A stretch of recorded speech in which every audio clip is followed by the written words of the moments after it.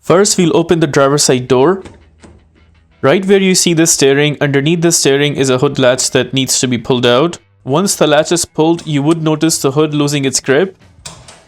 On top of the logo, there is a lever that needs to be pressed and hold towards the left side, and then we lift up the hood. This is that lever that I was talking about. Press and hold the lever towards the left side and then lift up the hood. Now we gently take the support bar and then place it in that hole right there.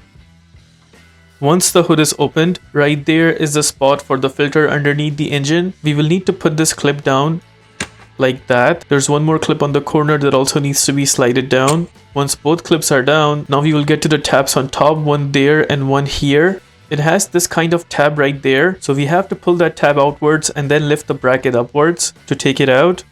Same goes for the other bracket. Lift the tab upwards and then pull the bracket outwards. Now once both brackets are taken out, this will actually give us more room to lift up the top part of the filter cover. Behind the filter right underneath the engine, notice there are two positions right here, one here and one there. So we have to slide this cover downwards to take it out. I will grab the cover and then slide it downwards. Now we can lift it upwards as much as we can. You see, in this case, this wiring is holding on to it. We'll just put that wiring aside. And with that, you can clearly see the filter visible. We grab the filter and then pull it outwards. And that is how you take out the filter. My filter is good, so I will be installing it back. But suppose you have a new filter and you want to put it back. It does not matter if you put it this way, or you put it this way. All corners are fine to go in. Just make sure the colored portion is on top and the white color portion on the corners is at the bottom. Rule of thumb is the curved side actually stays on the top. We lift up the cover and then gently punch in the filter back.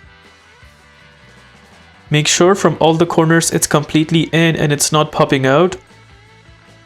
Seems like filter is completely in. We'll put aside that wiring from the middle and then put the top cover back to where it was.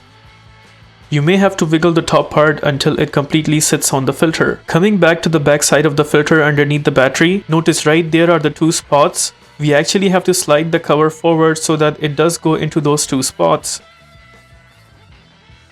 There you notice both of them are slided in, and once you see both of them are completely in, only then we will go ahead and punch in both the clips back. Make sure you're pressing the top cover downward and then punching in the clip from the corner.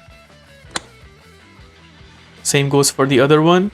Grab the clip, press the top cover down, then put the clip back to where it was.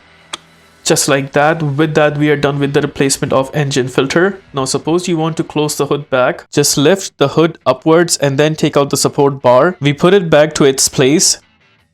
We lower the hood up until the very end. And then we push the hood from top until it closes completely. If this video helps you in any way, please consider liking this video and subscribing to our channel.